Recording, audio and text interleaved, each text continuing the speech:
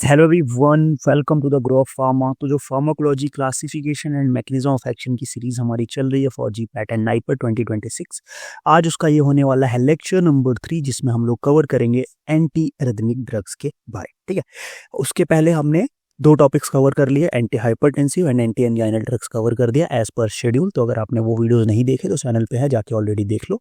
आज के वीडियो में हम लोग बात करेंगे एंटी एरिथमिक ड्रग्स के बारे में। तो आज फटाफट से स्टार्ट करते हैं। तो सबसे पहले हमारे पास जो क्वेश्चन आता है कि सबसे पहले हमें एंटी एरिथमिक ड्रग्स पढ़ने से पहले हमें पता होना चाहिए कि एरिथमिया क्या होता है। ठीक है, तो एरिथमिया सिंपल सा होता है कि occurs when the electrical signal that coordinates heart beats are not working correctly. हमें पता है कि जो हार्ट बीट्स हमारी कोऑर्डिनेट होती है because of the electrical signal, जो इंपल्सेस जनरेट होते हैं उसकी वजह से हार्ट बीट्स होते हैं। तो अगर वो जो सिग्नल जनरेट कर रहा है तो वो अगर प्रॉपरली कोऑर्डिनेट नहीं हो पा रहे हैं, मतलब जो सिग्नल्स हैं जो हार्ट बीट को कोऑर्डिनेट कर रहे हैं वो प्रॉपरली वर्क नहीं कर रहे हैं, तो जो कंडीशन होती है उससे क्या होता है, या तो हार्ट बीट ज़्यादा फास्ट हो जाएगी या स्लो हो जाएगी या इरेगुलर हो जाएगी। तो ये सारी जो कंडीशंस होती हैं इनको हम लोग क्या बोलते हैं, इनको हम लोग बोलते हैं arrhythmia.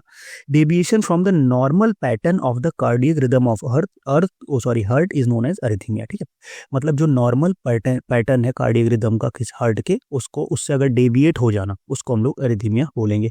These are the disorders of the heart's electrical system that results in abnormal heart rhythms. बताया they can occur due to the issues with impulse formation, conduction or both. तो जो इंपल्स या तो फॉर्म जहां हो रहा है, जहां इंपल्स का फॉर्मेशन है उससे रिलेटेड कोई इशू हो जाता है, या इंपल्स जो कंडक्ट हो रहा है उससे रिलेटेड कोई इशू हो सकता है, या फिर दोनों से रिलेटेड इशू हो सकता है, तो वहाँ पे एरिथमिया होता है। ठीक है, अब एरिथमिया को ट्रीट करने के लिए जो ड्रग्स हम लोग यूज करते हैं उसको हम लोग क्या बोलते हैं, उसको हम लोग बोलते हैं एंटी एरिथमिक ड्रग्स। ठीक है, एंटी एरिथमिक ड्रग्स क्या होती है? These are the medication use to treat or prevent the arrhythmia by modifying heart's electrical activity. They help to restore the normal rhythm, because ये हार्ट जो abnormal rhythm हो रहा है हार्ट का उसको नॉर्मल रिदम में रिस्टोर करेंगे, improve करते हैं कार्डियक आउटपुट को, and reduce the risk of complications like cardiac stroke, heart failure और सडन कार्डियक डेथ। बिकॉज जब वो इरेगुलर होंगे तो उसके बाद हमारे पे क्या क्या चीज़ें हो सकती हैं, कार्डियक स्ट्रोक आ सकता है, हार्ट फेलियर आ सकता है, या सडन कार्डियक डेथ भी देखने को मिल सकती है। ठीक है, तो अब ये हमने यहाँ पे देखा कि जो इलेक्ट्रिकल सिग्नल्स जनरेट हो रहे हैं उसमें क्या होता है, इरेगुलरिटी आती है। तो उसके लिए सबसे पहले अब हम लोग पढ़ते हैं कि इलेक्ट्रिकल सिग्नल्स जो है वो जनरेट होते कैसे हैं, जो कार्डियक एक्शन पोटेंशियल है, अब थोड़ा सा उसके बारे में हम लोग देखते हैं। तो कार्डियक एक्शन पोटेंशियल की बात करें तो cardiac action potential is the electrical activity that triggers the contraction of heart muscles. ठीक है, जो हार्ट मसल्स को कॉन्ट्रैक्ट कराता है। ठीक है, फिर बिकॉज जब हार्ट मसल्स कॉन्ट्रैक्ट होंगी तभी ब्लड पंप होगा, फिर रिलैक्स होती है, फिर कॉन्ट्रैक्ट होती है। जो कॉन्ट्रैक्शन को ट्रिगर करता है, जिसकी वजह से कॉन्ट्रैक्शन होता है, उसको हम लोग क्या बोलते हैं, कार्डियक एक्शन पोटेंशियल। और इसके कितने फेजेस है? 5 फेजेस है। ठीक है, 5 फेजेस में सबसे पहला जो फेज आता है फेज जीरो। फेज जीरो क्या होता है अपने पास? डीपोलराइजेशन फेज होता है। Phase zero depolarization. देखो यहाँ पे चीजें समझनी है कि जैसे ही सोडियम आयन अंदर आएगा, अगर मेरा आपने लेक्चर जो मैंने जनरल फार्माकोलॉजी का लिया हुआ था, अगर आपने वो देखा होगा तो वहाँ पे मैंने आपको बताया था कि अगर सोडियम अंदर आ रहा है तो वहाँ पे क्या होता है, वहाँ पे होता है डीपोलराइजेशन।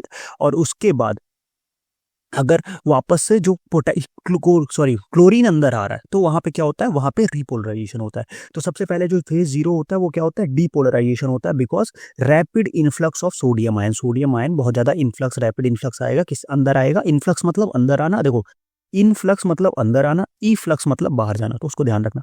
ठीक है, तो इनफ्लक्स ऑफ सोडियम आयन अंदर आ रहा है सेल के through the fast sodium channels के थ्रू, जिसकी वजह से क्या होगा, जो मेम्ब्रेन पोटेंशियल है वो बढ़ेगा। इसको डीपोलराइजेशन बोलेंगे, फेज जीरो। सबसे पहले क्या आया कि मेम्ब्रेन रेस्ट में थी, वापस सोडियम आयन खुला, चैनल खुला, सोडियम आयन अंदर आने लगा, उससे क्या हुआ कि डिपोलराइजेशन होने लगा। अब इस ग्राफ देखोगे तो और अच्छे से समझ में आ जाएगा। देन आता है फेज 1 अर्ली रिपोलराइजेशन। इसमें क्या होता है कि जो सोडियम चैनल है वो इनएक्टिवेट होने लगता है। वो क्या होने लगता है, वो इनएक्टिवेट होने लगता है, मतलब जो सोडियम आयन अंदर आ रहा है वो स्टॉप हो जाता है। और उसके बाद क्या होने लगता है, जो पोटेशियम आयन है वो क्या होने लगता है, बाहर जाने लगता है, transient E flux of the potassium ion. And little जो हमारा क्लोरीन आयन है वो इसके साथ ही अंदर आने लगता है। तो इससे क्या हो जाता है कि slide drop in membrane potential देखने को मिलता है। इसलिए अगर आप ग्राफ देखोगे तो उसका पहले इतना आ जाता है, फिर हल्का सा ड्रॉप होकर फिर यहाँ पे ऐसे प्लेट्यू स्टेज बनाता है। अभी हम आगे ग्राफ भी देखेंगे। तो उस फेज को क्या बोलते हैं, early repolarization, that is phase 1।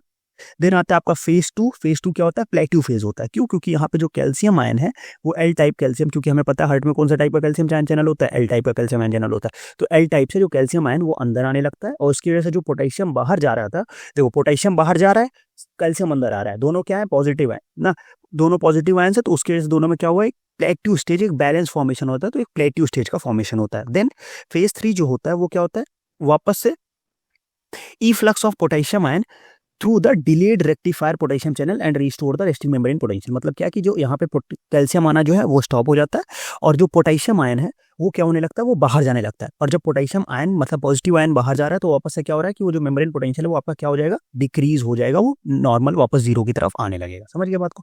तो सबसे पहला फेज जो था अपने पास क्या था, सोडियम अंदर आ रहा था, डिपोलराइजेशन फेज 0। देन सोडियम का गेट जो है वो क्लोज हुआ, पोटेशियम बाहर जाने लगा, अर्ली रिपोलराइजेशन, थोड़ा सा रिपोलराइजेशन हुआ फेज 1। फेज 2 में क्या हुआ कि पोटेशियम तो बाहर जा रहा है बट साथ साथ में कैल्शियम जो है वो अंदर आने लग गया, तो इसकी वजह से क्या हुआ, एक बैलेंस देखने को मिला और हमारा प्लेट्यू फेज बन गया।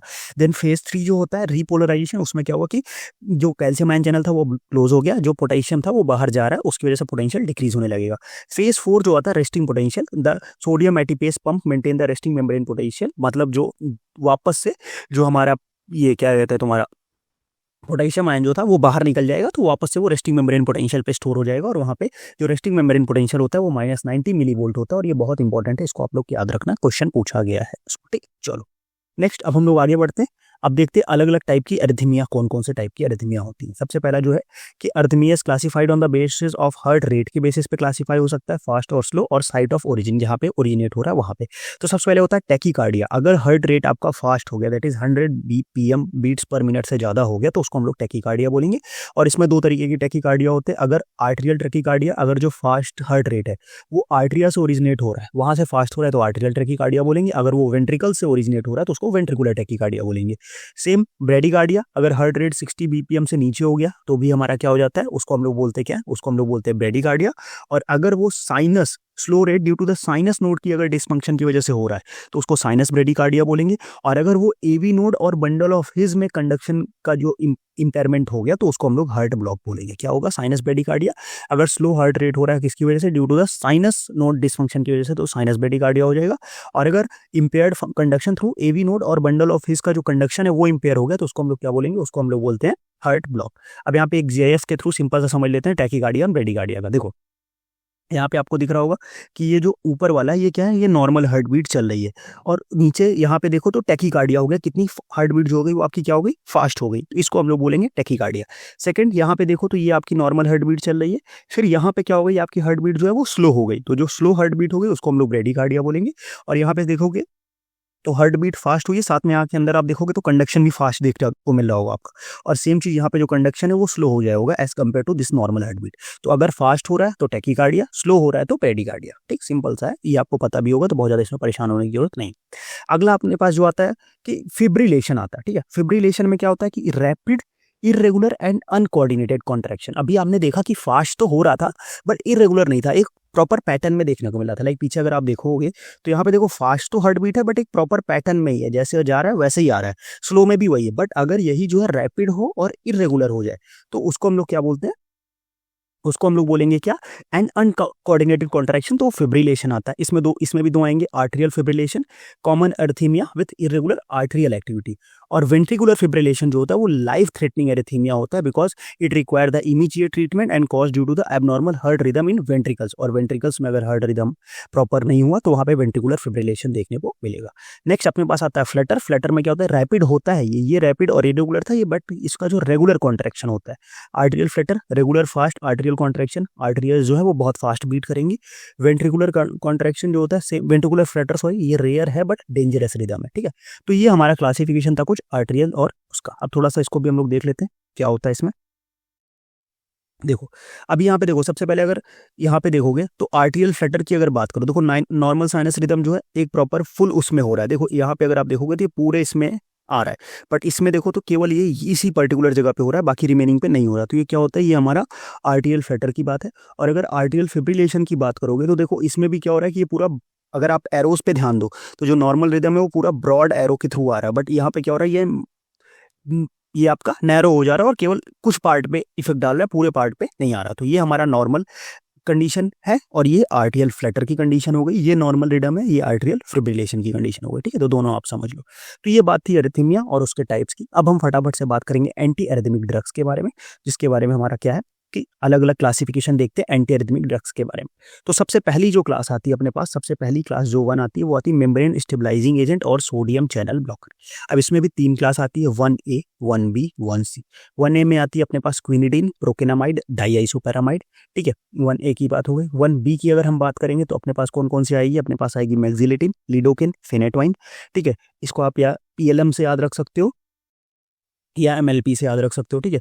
और ये देखो, इसको आप ऐसे याद रखो ना, देखो 1B जो है वो MLP और 1C जो है वो MFP हो गई, ठीक। तो इसको आप याद रखोगे तो आराम से हो जाएगा, ठीक है। तो फ्लेकेनामाइड, मोरिसिजिन और प्रोपाफेनॉन। क्लास 2 की बात करें तो बीटा ब्लॉकर, प्रोपेरेनॉल, स्मेलॉल, सोटेलॉल वही है।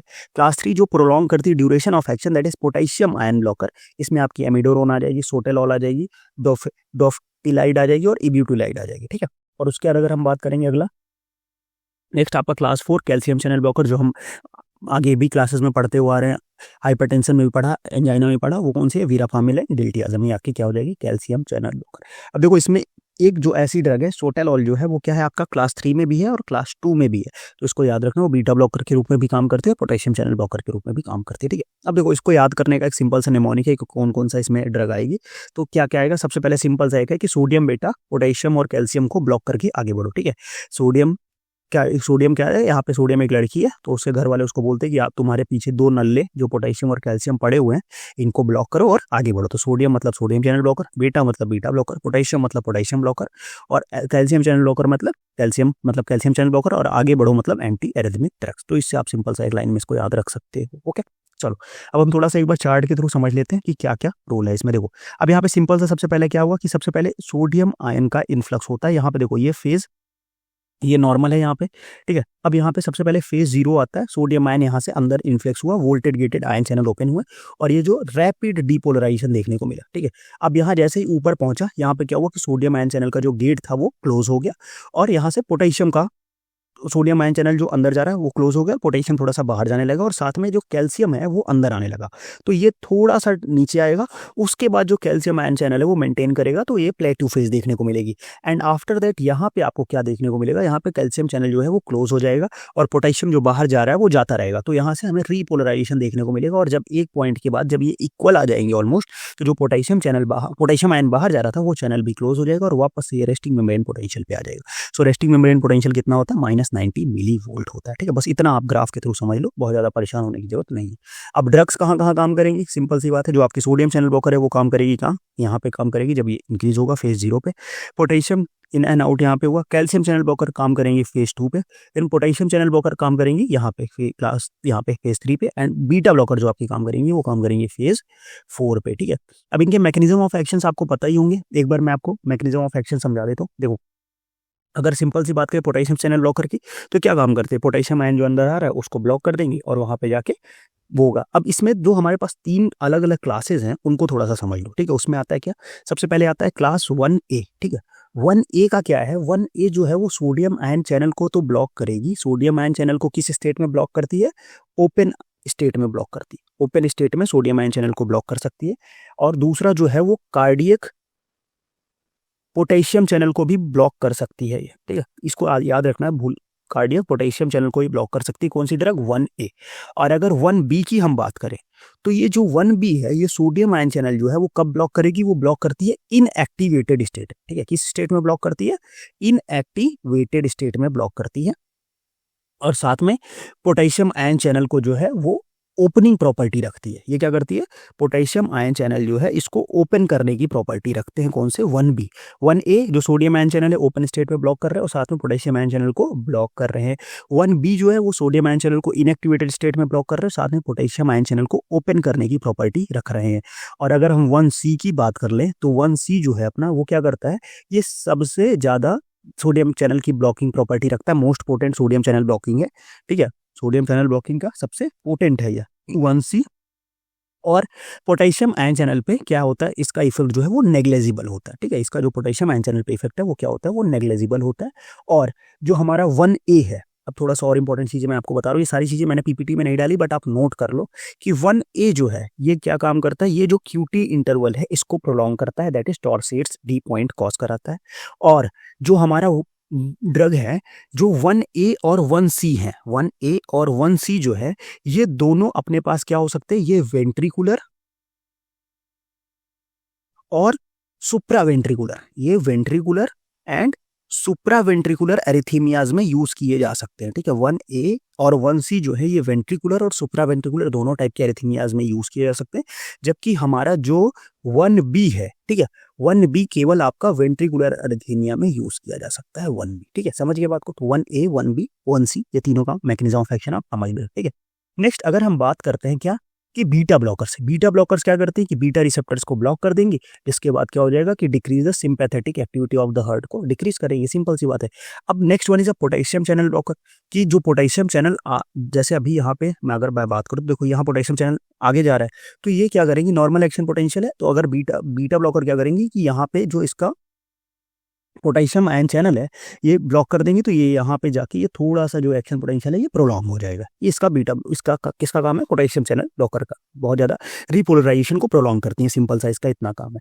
और अगर कैल्शियम चैनल ब्लॉकर को बात करें तो ये क्या कर देती है, ये हमारा calcium ion channel voltage gated calcium ion channels को ये ब्लॉक करेंगी, इससे क्या हो जाएगा कि जो फेज 4 का रेट है वो डिपोलराइजेशन का वो थोड़ा सा डिक्रीज हो जाएगा। उतना कुछ खास नहीं है, आप बस इतना याद रखो, आपका काम जो है इतने में हो जाएगा। ठीक है, नेक्स्ट आगे अगर हम बढ़ते हैं अदर ड्रग्स की अगर हम बात कर ले तो अदर ड्रग्स में अपने पास कौन कौन सी है, अपने पास आती है एडनोसिन। एडनोसिन एक्टिवेट करता है A1 रिसेप्टर को, पोटेशियम रिफ्लक्स को बढ़ाएगा, हाइपरपोलराइजेशन। डिजॉक्सिन क्या करते हैं, वेगल टोन को बढ़ाएगा, slows AV conduction, used in F rate control. Magnesium for torsades de pointes के लिए यूज होता है। इसके अलावा जो और अदर जो अगर हम बात करेंगे तो हमने एक ड्रग देखी थी, क्या हमने एक ड्रग देखी थी 1A में क्विनिडिन। क्विनिडिन की बात करें तो हमारे पास क्या है, वो क्या काम करती है, वो हमारे पास क्यूटी इंटरवल को प्रोलॉन्ग करती है क्यूनिडिन, इसको आप लोग याद रखना बिकॉज ये इंपॉर्टेंट पॉइंट्स है। ठीक है, चलो नेक्स्ट आगे बढ़ते हैं हम लोग। अब थोड़ा सा एक लास्ट चीज और इंपॉर्टेंट देख लेते हैं कि ड्रग ऑफ चॉइसेस कौन कौन सी यूज होने वाली हैं। अगर आर्टेरियल फिब्रिलेशन की कंडीशन है तो वहां पे क्या यूज होगा, वहां पे आप कार्डियो वर्जन और स्मॉल ऑल का यूज कर सकते हैं। अगर PSVT that is paroxysmal supraventricular tachycardia की कंडीशन है तो वहां पे आप एडिनोसिन का यूज कर सकते हो। आर्टेरियल फ्लटर की अगर कंडीशन है तो cardio version and small all use हो जाएगा। वेंट्रिकुलर टैकीकार्डिया की कंडीशन में हम लोग क्या यूज करते हैं, लिग्नोकेन यूज करते हैं। डिजिटैलिस इंड्यूस्ड अगर हमारे पास एरिथीमिया है तो हम लिग्नोकेन यूज करेंगे, बट साथ में हमारा फिनेटोइन का भी यूज किया जा सकता है। अगला जो वॉल्फ पार्किंसन वाइट सिंड्रोम है इसके लिए हम लोग कार्डियो वर्जन का यूज करते हैं, और अगर आपको कार्डियो वर्जन ऑप्शन में नहीं दिख रहा है तो आप प्रोकेनामाइड का भी यूज कर सकते हो। ठीक है, तो ये थी इसकी कुछ ड्रग ऑफ चॉइसेस के बारे में। अब लास्ट लेक्चर में मेरे से काफी स्टूडेंट्स ने बोला था कि सर आप कुछ PYQs भी इंक्लूड कर दो, तो आज हम लोग फटाफट से PYQs भी इंक्लूड करते हैं इसमें। ठीक है, चलो तो सबसे पहला जो हमारे जीपैट 2014 का क्वेश्चन है कि drug use in ventricular arrhythmia, ventricular arrhythmia में कौन सी ड्रग यूज होगी। आपके ऑप्शन है फ्लेकेनाइड है, देन आपका ऑप्शन है वीरापामिल है, स्मोलॉल है, और साथ में अपने पास जो है वो क्या है, डिल्टियाज़म है। ठीक है, तो अभी हमने आपको क्या बताया कि ऐसी कौन सी ड्रग है जो किस में यूज हो रही है। हमने आपको बताया कि 1A और 1C जो क्लास की ड्रग है, 1A और 1C जो क्लास की ड्रग है वो वेंट्रिकुलर सुप्रावेंट्रिकुलर दोनों में यूज होती है, जबकि 1B जो है वो ओनली वेंट्रिकुलर है। तो इसमें देखो 1A B C में कोई ड्रग मिल रही है। डिल्टियाज़म आपकी कौन सी क्लास की स्मॉल हो गई, क्लास 4 की ड्रग हो गई। स्मोलॉल आपकी कौन सी क्लास की ड्रग हो गई, क्लास 2 हो गई, बीटा ब्लॉकर। वीरापामिल किस क्लास की ड्रग होगी, क्लास 4 की ड्रग होगी। जबकि फ्लेकेनाइड एक ऐसी ड्रग है जो किस में आ रही है, 1C में आ रही है। तो 1C की ड्रग्स वेंट्रिकुलर सुप्रावेंट्रिकुलर दोनों के लिए यूज होगा, तो करेक्ट ऑप्शन आपका क्या हो जाएगा, ऑप्शन नंबर A। ठीक है, ये आपका इसका एक्सप्लेनेशन है। Next, identify the anti-arrhythmic drugs that increases the duration of QT wave, decreases the sinus rate without affecting the QRS complex। तो ऐसी कौन सी ड्रग है, लिडोकेन है, एमिडोरोन है, वीरापामिल है, या क्विनिडिन है। तो ऐसी कौन सी ड्रग है, ऐसी जो ड्रग काम करती हैं वो कौन सी काम करती हैं, वो काम करती है जो आपकी पोटेशियम ब्लॉकर ड्रग्स होती हैं, वो ड्रग ऐसा काम करती है जो क्या करती हैं कि हमारा QT वेव की ड्यूरेशन को इंक्रीज कर देती हैं और साइनस रेट को डिक्रीज कर देती है, बट उनका QRS कॉम्प्लेक्स पे कोई इफेक्ट नहीं होता। ये जीपैट 2020 का क्वेश्चन है और इसका जो करेक्ट आंसर हो जाएगा ऑप्शन नंबर B हो जाएगा। ठीक है, चलो नेक्स्ट अगर हम बात करें विच ऑफ द ये देखो सिंपल डायरेक्ट क्लासिफिकेशन से क्वेश्चन, इसलिए मैंने बोला ना कि अगर आप क्लासिफिकेशन कर लेते हो, मैकेनिज्म ऑफ एक्शन कर लेते हो, तो मोस्ट ऑफ द क्वेश्चंस आप कवर कर ले जाओगे।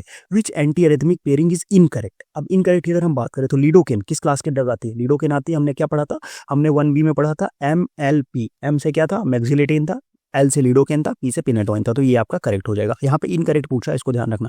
फिर आता है डाई आइसोपैरामाइड क्लास 2 की ड्रग। अब क्लास 2 में हमने क्या पढ़ा था, क्लास 2 में हमने पढ़ा था बीटा ब्लॉकर्स में क्या था, प्रोपेरेनॉल, स्मोलॉल, सोटेलॉल, तो ये नहीं है। नेक्स्ट डिल्टियाजम क्लास 4, बिकॉज क्लास 4 में क्या था, कैल्शियम चैनल ब्लॉकर, ठीक है, तो वीरापामिल, डिल्टियाजम था।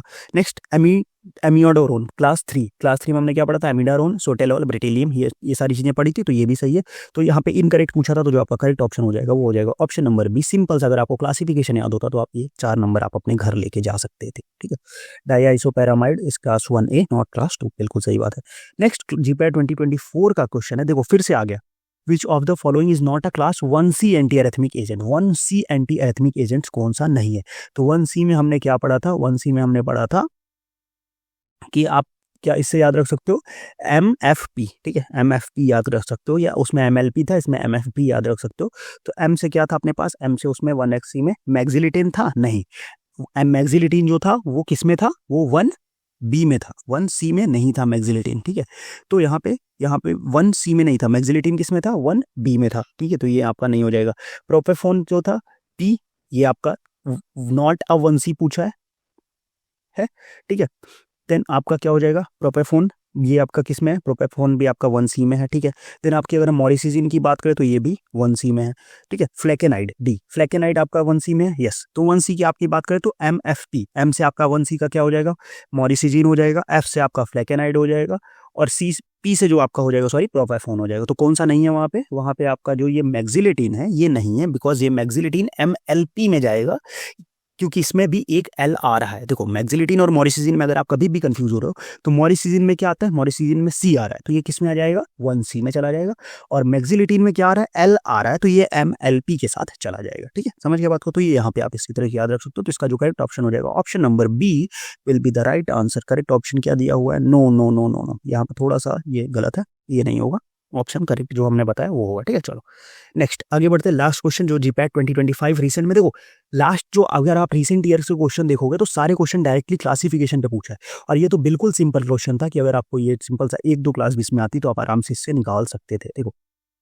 और एनबीएमएस ने तो इस बार एमसीक्यू के ऑप्शंस में भी दिमाग नहीं लगाया। क्लास 4 वीरापामिल डायरेक्ट, क्लास 3 एमिडोरोन, ठीक है, डायरेक्ट लगा दिया इन्होंने, क्लास 2 मेटाप्रोपोलॉल, क्लास 1 डाइएसोपैरामाइड, खत्म, डायरेक्ट उन्होंने सिंपल सा आपको दे दिया कि आपको ज़्यादा दिमाग लगाना ही नहीं है। 1 का A, 2 का B, 3 का C, 4 का D लगाओ, काम खत्म करो, ठीक है।